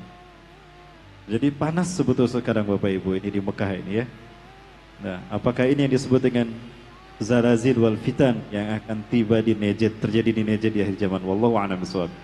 Bapak Ibu rahmati Allah. Nah itu berita sampai ke saya 3 kali Raja Salman itu ditembak. Yang pertama itu tidak kena, tidak berhasil ya. Beberapa orang dari askarnya menggerbek orang yang akan menembak Raja Salman. Begitu kelihatan kecurigai, dideketin. Begitu dia memasukkan tangannya mengambil senjata, digerebek, langsung dilumpuhkan. Selamat tuh Raja Salman. Yang kedua, berita yang sampai pada saya bahwa betul-betul itu penembakan terjadi, tapi pelurunya nyasar ke atas. Qadarullah, Allah selalu melindungi Raja Salman. Ya, pelurunya ke atas ke belah kanan. Lalu Raja Salman kemudian diamankan, dibawa ke bunker. Ini tidak diviralkan beritanya, karena ini akan menjadi luar biasa berita yang besar. Nah yang ketiga ini yang kemarin, yang saya dengar dan beritanya sampai pada saya, ini betul-betul ditembak. Saat itu Abdul Aziz Al-Faghom jeli dia, orang ini kayaknya membawa senjata. Maka saat itulah kemudian Abdul Aziz Al-Faghom yang bergelar Mayor Jenderal ini, yang juga pernah menjadi pengawal pribadinya Raja Abdullah kakak Raja Salman, dengan sigap melindungi Raja Salman, maka peluru pun menembus tubuhnya. Andaikan tidak ada andaikan tidak ada Al-Faghom, Raja Salman akan tertembak. Maka peluru bersarang di tubuh Abdul Aziz Al-Faghom. Ya. Wafatnya Abdul Aziz Al-Faghom ibarat Rasulullah kehilangan Hamzah bin Abdul Muthalib. Karena ini orang terkuat dan terbaik yang keberadaannya membuat susah orang-orang yang membenci Raja Salman untuk melukai Raja Salman. Sekarang Raja Salman sudah kehilangan pengawal terbaik. Apakah ini isyarat Raja Salman akan terbunuh tahun depan? Wallahu a'lam bishawab. Ya, itu Bapak Ibu sekalian yang dirahmati Allah. Baik Bapak Ibu, masih ada waktu? Masih ada waktu? Baik, kembali ke laptop Bapak Ibu ya. Kembali ke laptop. Laptopnya di sebelah sana Bapak Ibu. Saya kembali ke sini. Nah baik, kita kembali ke Masjidil Aqsa Bapak Ibu. Bapak Ibu, Masjidil Aqsa ada di mana? Di Palestina. Ya, Masjidil Aqsa ada di Palestina. Palestina ada sebelah mana Kalimantan Timur? Sebelah mana Balikpapan, Palestina? Ya, sebelah barat ya. Barat laut apa barat daya? Bapak Ibu rahmati Allah, ini ada keindahan Masjidil Aqsa diperlihatkan dalam satu tayangan ini Bapak Ibu, luar biasa. Allah menjadikan negeri ini negeri yang Allah berkahi. Wajar kalau Israel ingin menguasai Al-Aqsa. Ya, ada seorang profesor menyebutkan bahwa Masjidil Aqsa ini adalah the heartland of the world. Ya, jantung dunia. Artinya siapa yang menguasai Masjidil Aqsa, dia akan menguasai dunia. Siapa yang menguasai Palestina, dia akan menguasai dunia. Kenapa demikian? Karena Palestina ini menjadi penghubung 3 benua, semua benua di dunia. Benua Afrika, benua Eropa, dan benua Asia. Ya, ketika Israel meminta Palestina kepada Sultan Abdul Hamid dan itu ditolak, marah luar biasa. Ya. Karena dia tahu menguasai Palestina artinya menguasai dunia. Sampai hari ini Palestina menjadi negara yang belum merdeka. Satu-satunya negara pengikut Konferensi Asia Afrika dari 28 negara sejak 22 tahun 55, cuma Palestina yang belum merdeka. Baik, siapakah yang akan memerdekakan Palestina, membantu memerdekakan Palestina? Apakah Indonesia? Insya Allah, mudah-mudahan ya. Baik Bapak Ibu, nah ini Laut Palestina yang begitu indah Bapak Ibu sekalian. Ya, mulai dari Ashdod, ya, mulai dari Laut Gaza, itu kita lihat. Inilah negeri yang Allah berkahi. 1500 Nabi Bani Israel lahir dan dibesarkan di kota ini. Nah ini Sungai Jordan. Ini sungai yang dilalui oleh Bani Israel di bawah pimpinan Nabi Yusha bin Nun alaihissalam. Nabi Musa tidak sempat memasuki ini karena meninggal di Padang Tih bersama Nabi Harun. Nabi Harun dulu wafat, 2 tahun kemudian Nabi Musa. Kedua-duanya meninggal ketika bangsa Yahudi tidak bisa memasuki Al-Quds, ya Palestina, karena diharamkan untuk mereka di saat mereka menolak untuk berperang memasukinya. Ya, maka saat itu bangsa Yahudi bisa memasuki Palestina dan melalui Sungai Jordan ini di bawah pimpinan Nabi Yusha bin Nun. Orang-orang Kristen menyebutnya Joshua. Dan Nabi Yusha bin Nun ini nabi yang luar biasa yang menjadi pendamping Nabi Musa alaihissalam ketika mencari Nabi Khidir yang Allah ceritakan dalam surat Al-Kahfi. Keajaiban Allah berikan pada Nabi Yusha bin Nun alaihissalam. Mohon maaf saya ceritakan dulu. Boleh saya cerita Bapak Ibu ya?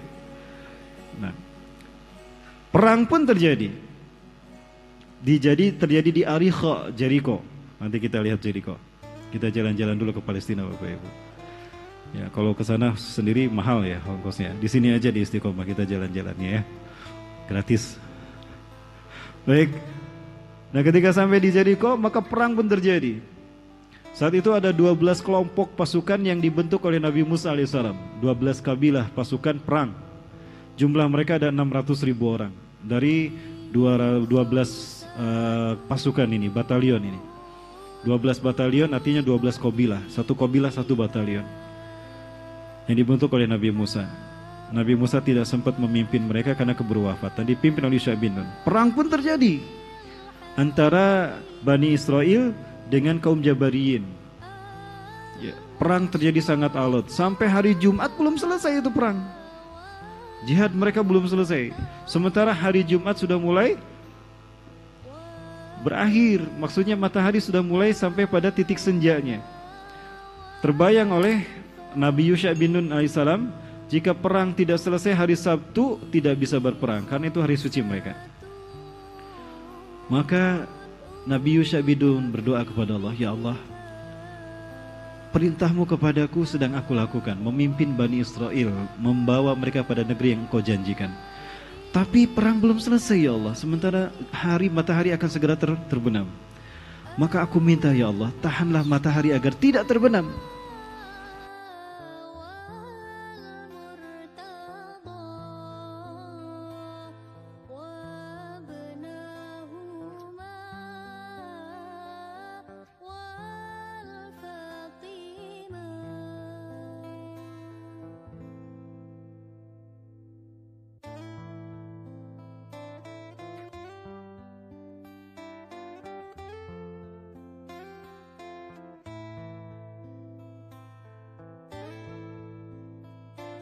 Allah janjikan Al-Muqaddasah, Al-Quds. Orang Israel menyebutnya Yerusalem.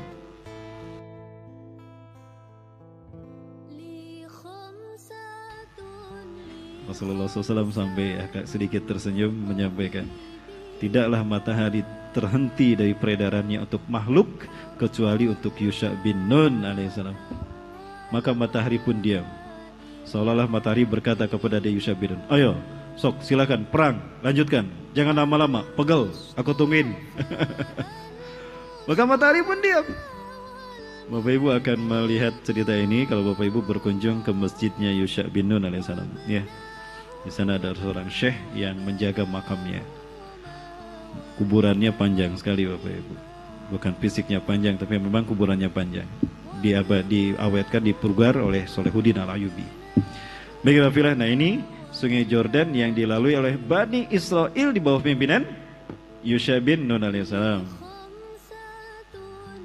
Tidak jauh dari sini kita akan sampai kepada Danau Tiberias, satu-satunya sumber air bersih bagi wilayah negeri Syam yang sekarang didominasi oleh Israel. Dan ini menjadi tanda jika Danau Tiberias ini kering, berarti Dajjal akan muncul. Sekarang Danau Tiberias sudah menunjukkan lumpur hitamnya, artinya sudah tidak bisa lagi disuling, diambil.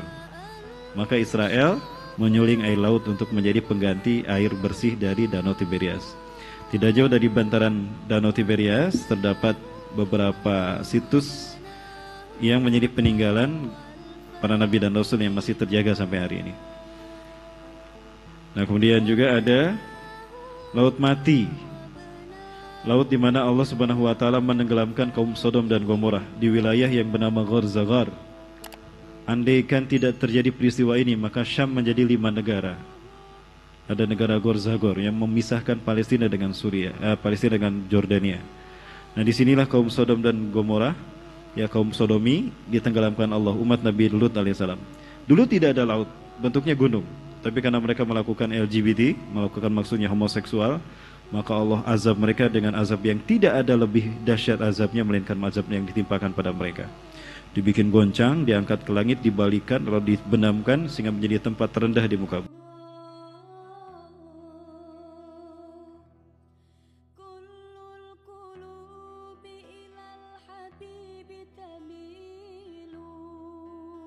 Bukan garam di sana.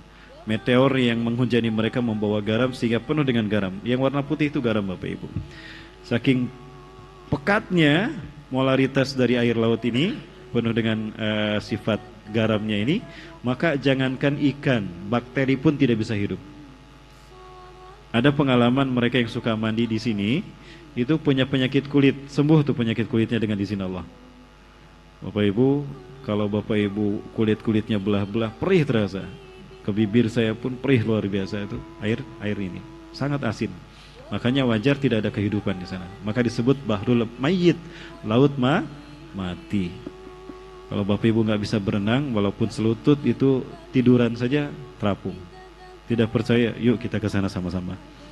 Bapak Ibu yang mau ke sana bersama saya, insya Allah bisa ya. Daftar saja nanti bulan Februari kita berangkat ke sana ya. Amin.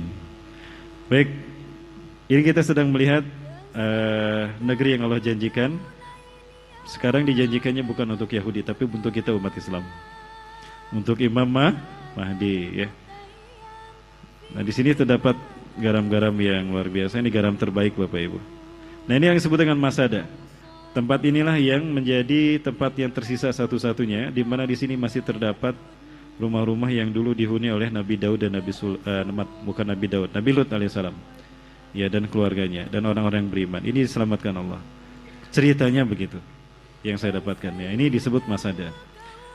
Nah, tidak jauh dari sini terdapat peninggalan kaum Nabatian.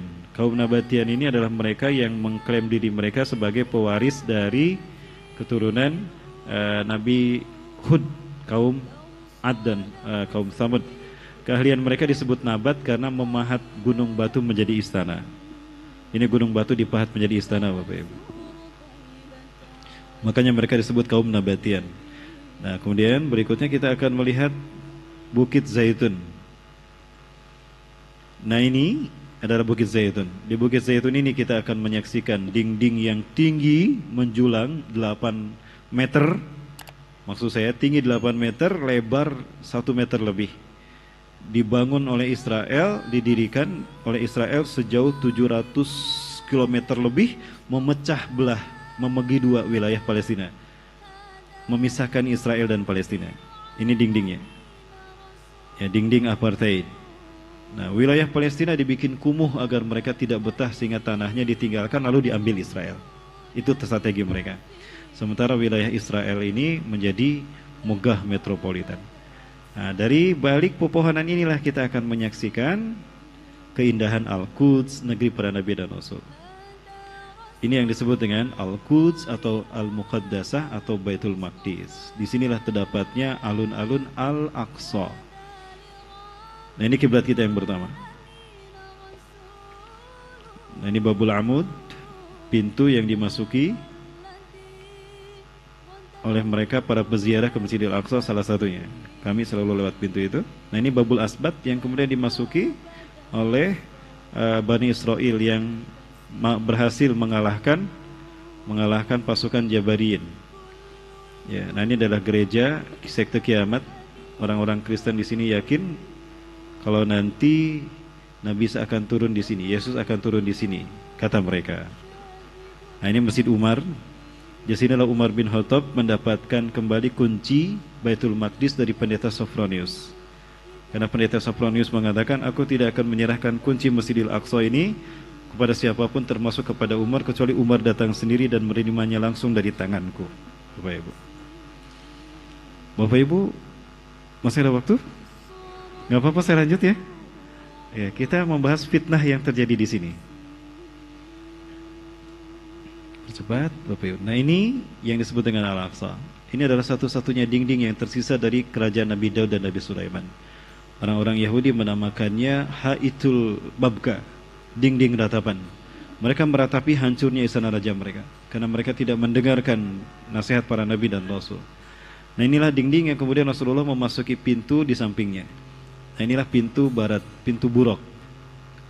Ya, disebut Haitul Buraq karena Rasulullah menambatkan buruknya di belakang dinding ini.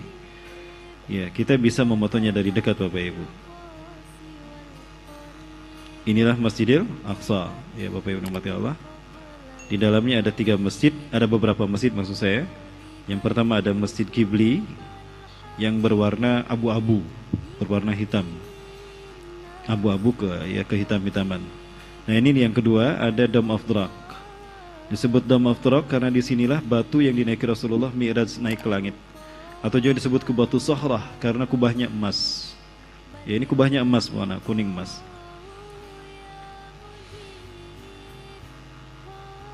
Dan ini Masjid Qibli. Ya, ini Masjid Qibli. Kenapa disebut Masjid Qibli? Karena disinilah kaum muslimin, para sahabat sholat pertama kali menghadap ke Ka'bah. Ka'bah di sebelah timurnya. Nah, sholat yang pertama kali di sini dilakukan adalah sholat asar menghadap ke Ka'bah, maka disebut Masjid Qibli. Bapak Ibu rahmati Allah, keutamaan dari Masjidil Aqsa ini, selain menjadi kiblat kita yang pertama, bumi para nabi dan rasul. Di Wadi Yunus, seorang syekh berkata pada saya, ya, beliau menyampaikan ada satu hadis di mana Allah Subhanahu wa taala memberikan Raya Rasul cerita, Allah memberikan 3 permintaan pada Nabi Sulaiman. Hai Sulaiman, mintalah 3 hal kepadaku, aku akan mengabulkannya. Yang pertama, Nabi Sulaiman meminta, ya Rabb, atini mulkan, berikan aku kerajaan yang belum pernah kau berikan pada siapapun sebelumku dan sesudahku. Lam tu'tihu qabli wa ba'di. Maka Nabi Sulaiman diberikan kerajaan yang luas, luar biasa. Yang kedua, ij'alni malikan adilan, jadikan aku pemimpin yang adil, raja yang adil, sehingga keadilanku adalah sesuai dengan apa yang kau ridhoi. Maka Nabi Sulaiman menjadi raja yang adil. Dan yang ketiga, Nabi Sulaiman meminta, ya Rabbi, la tada'ala ahadin alladhi yazuru masjid hadha walau yusalli fihi raqatain illa an tahutta anhu khataya qabla al yakhruja min hadzal masjid. Ya Allah, jangan kau biarkan siapapun yang berkunjung ke masjidku ini, walaupun sholat di dalamnya hanya 2 rakaat, kecuali engkau hapuskan dosa-dosanya semuanya sebelum dia mengangkat kaki yang terakhir dari masjid ini untuk keluar meninggalkan masjidku ini. Subhanallah. Bapak Ibu, begitu kita ikhlas berkunjung ke sana, ittiba'us sunnah, ziarah ke Masjidil Aqsa, bertobat kita di sana, walaupun sholat kita cuma 2 rakaat, keluar dari masjid ini habis dosa-dosa kita. Ini keutamaan berziarah di Masjidil Aqsa. Bukan saja sholat 500 kali lebih baik dari masjid lain, tetapi juga itu, Bapak Ibu sekalian. Nah, Bapak Ibu, isyarat dari Allah bahwa kenapa sholat diwajibkan oleh Allah dalam peristiwa Isra Mi'raj, dan kenapa Isra Mi'raj terjadi ke tempat ini, kenapa Rasulullah naik ke Sidratul Muntaha dari Masjidil Aqsa. Itu isyarat bahwa kebangkitan tauhid itu dimulai dengan sholat berjamaah di masjid ini untuk Imam Mahdi. Dari sini Allah akan menyebarkan tauhid seluruh dunia hingga Mekah dan Madinah kembali kepada pimpinan kaum muslimin. Allahu Akbar. Pertanyaannya, kapan itu terjadi? Wallahu a'lam bishawab. Boleh saya hitung, Bapak Ibu? Baik. Hari ini kita tahu Zionis Yahudi menguasai masjid ini dan menguasai Palestina. Palestina sekarang menjadi terbagi dua, ada West Bank, ada Gaza. Gaza Strip dan West Bank, tepi barat dan jalur Gaza. Bapak Ibu rahmati Allah, inilah kekejaman Yahudi terhadap kaum muslimin sejak beberapa tahun yang lalu.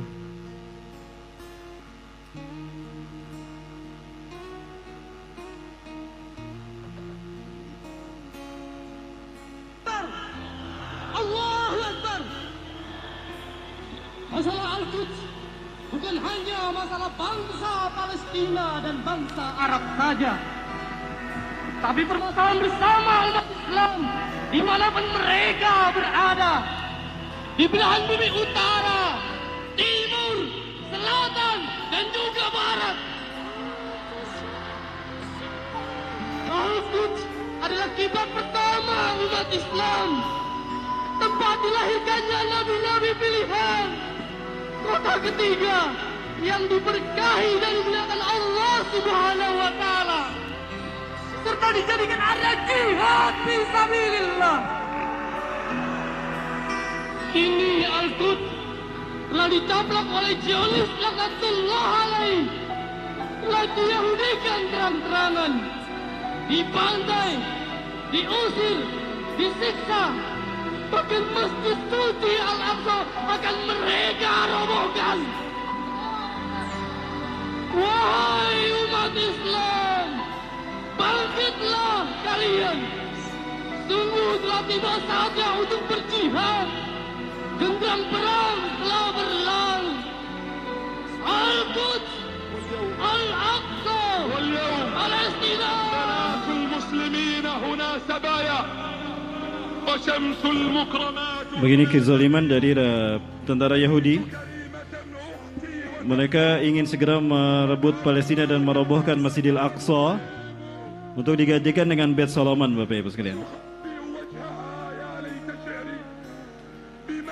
Begini kezaliman demi kezaliman yang mereka lakukan terhadap kaum muslimin sampai hari ini, Bapak Ibu. Bahkan ada seorang gadis penghafal Quran itu ditembak mati karena tidak mau membuka cadarnya. Sesuatu yang tidak masuk di akal, Bapak Ibu, bagi kita. Apa itu? Di sekitar Masjidil Aqsa, di sekitar Palestina ada 300 juta kaum muslimin. Ada 300 juta bangsa Arab kaum muslimin. Dan di Palestina hanya ada 5 juta orang Yahudi. Sesuatu yang tidak masuk di akal saya, bagaimana 5 juta bisa mengalahkan 300 juta? Masuk di akal tidak, Bapak Ibu? Kalau perang yang 5 juta dengan 300 juta, menang mana? 300 juta. Tapi cerdasnya Yahudi dalam memerangi umat Islam. Dipecah belah tuh umat Islam yang 300 juta dengan strategi divide et impera. Dipecah belah lalu dikuasai. Ini nanti kita akan perdalam di Masjid Namirah. Bagaimana strategi musuh-musuh Islam menghancurkan umat Islam di akhir zaman ini, Bapak Ibu. Dan kita bahas solusinya insya Allah. Itu ending dari kajian saya di Safari Dakwah Balikpapan. Bapak Ibu, saya minta waktu 10 menit lagi, boleh? Ya, kita belum sampai pada kehancuran Yahudi. Baik Bapak Ibu, ini saya perlihatkan ke jumlah kaum muslimin yang ada di sekitar Masjidil Aqsa.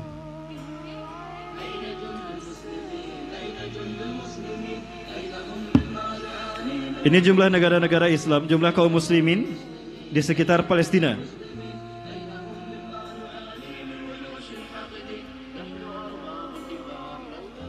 Kuwait 2 juta jiwa muslim.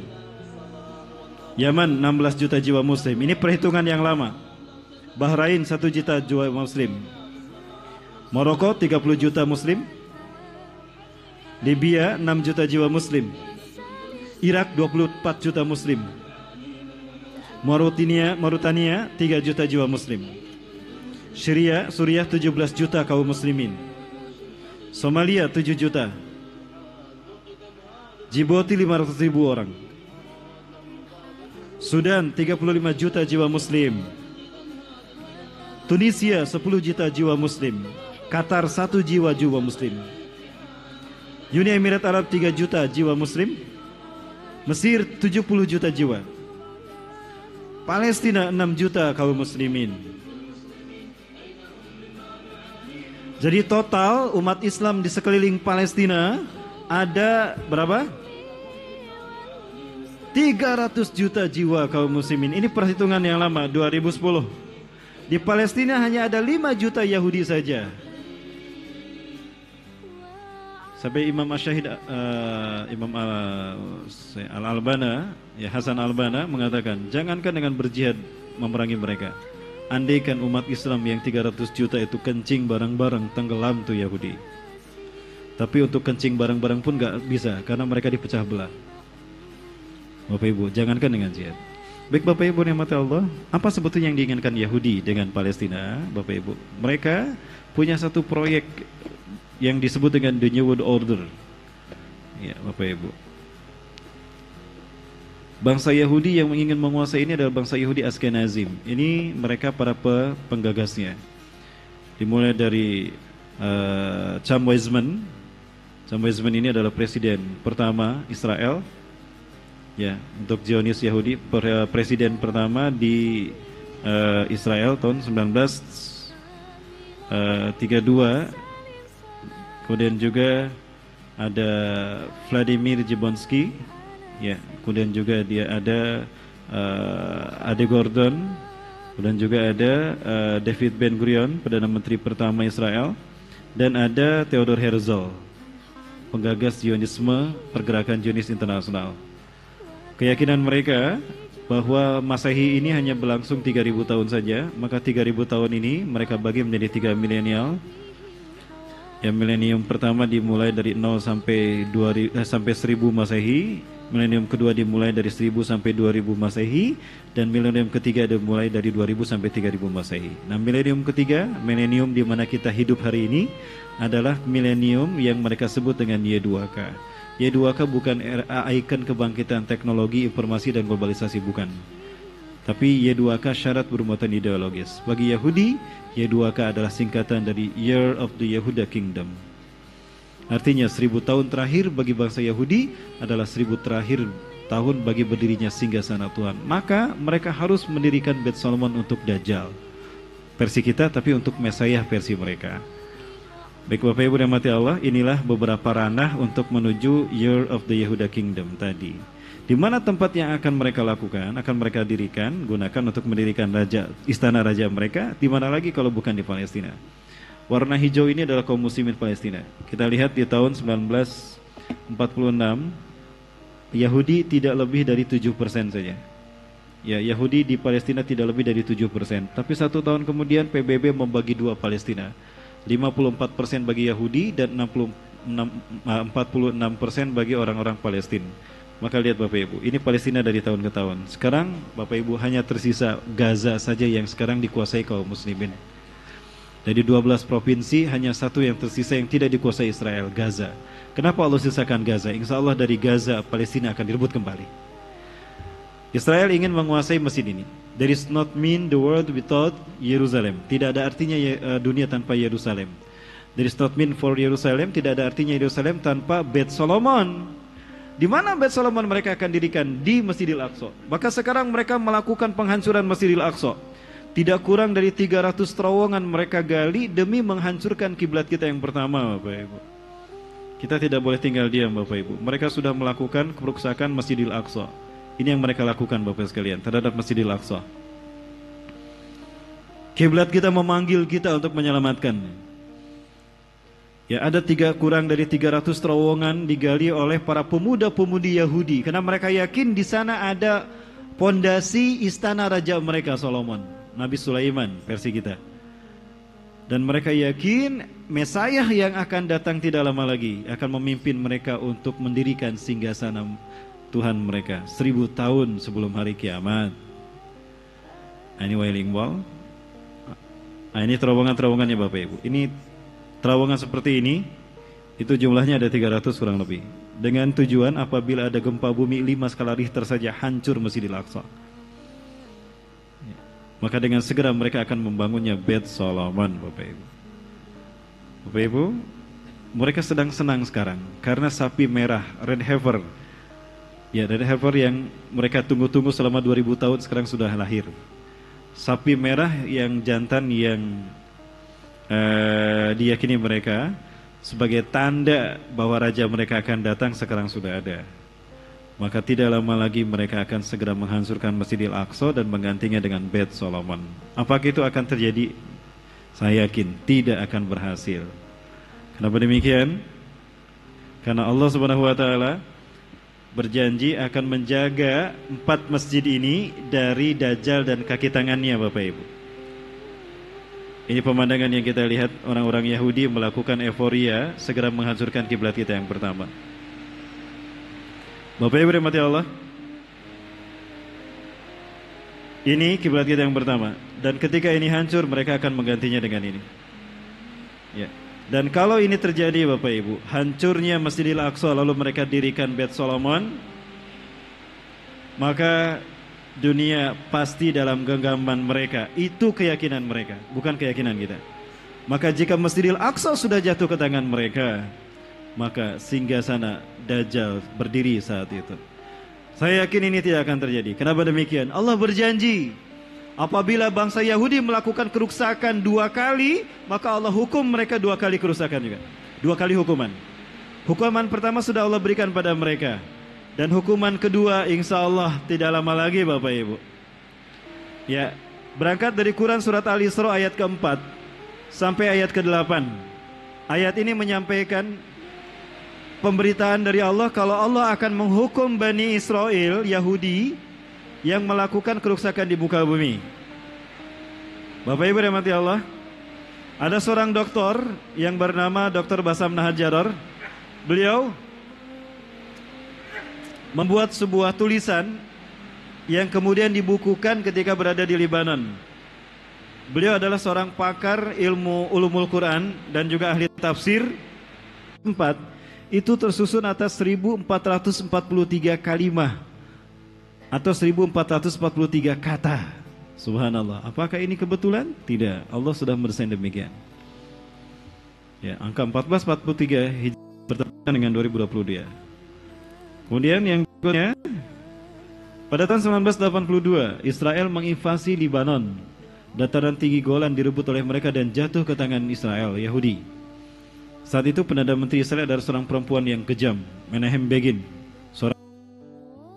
Menahem Begin berkata dengan sombongnya di tahun 1982 itu, ya, berdasarkan sesungguhnya Israel akan menikmati kemerdekaannya sesuai dengan nas-nas di dalam kitab Taurat. Tahun-tahun kedamaian mereka hanya 40 tahun saja setelah tahun ini. Andaikan kita gunakan hitungan miladiah 1982 ditambah 40 tahun, 2022. Ya, kemudian Bapak Ibu rahmati Allah, kalau kita buka keyakinan orang-orang Yahudi, Bani Israel, terkait dengan komet Halley. Komet Halley adalah komet yang kalau mereka yakini, ya, oleh Bani Israel ini, itu terkait dengan 2 hal.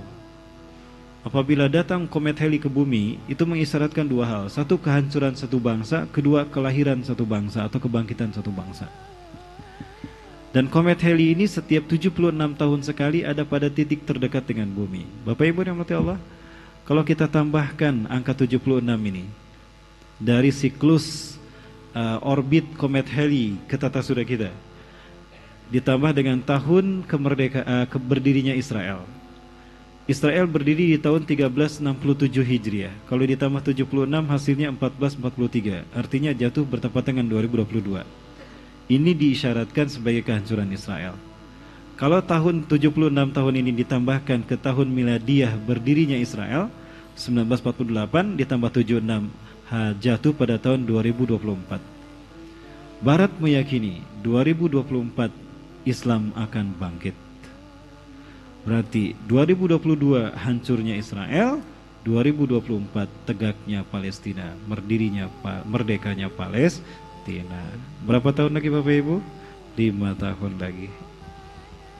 Apakah betul ini terjadi 5 tahun lagi? Wallahu a'lam bishawab. Bapak Ibu rahmati Allah, pembahasan tentang 3 titik tolak kebangkitan tauhid. Bapak Ibu, ada 3 pasukan nanti yang akan menjadi pasukan Imam Mahdi. Salah satu dari pasukan itu adalah Ahlus Syam. Pasukan-pasukan ahli tauhid dari mana? Dari Palestina dan dari Suriah.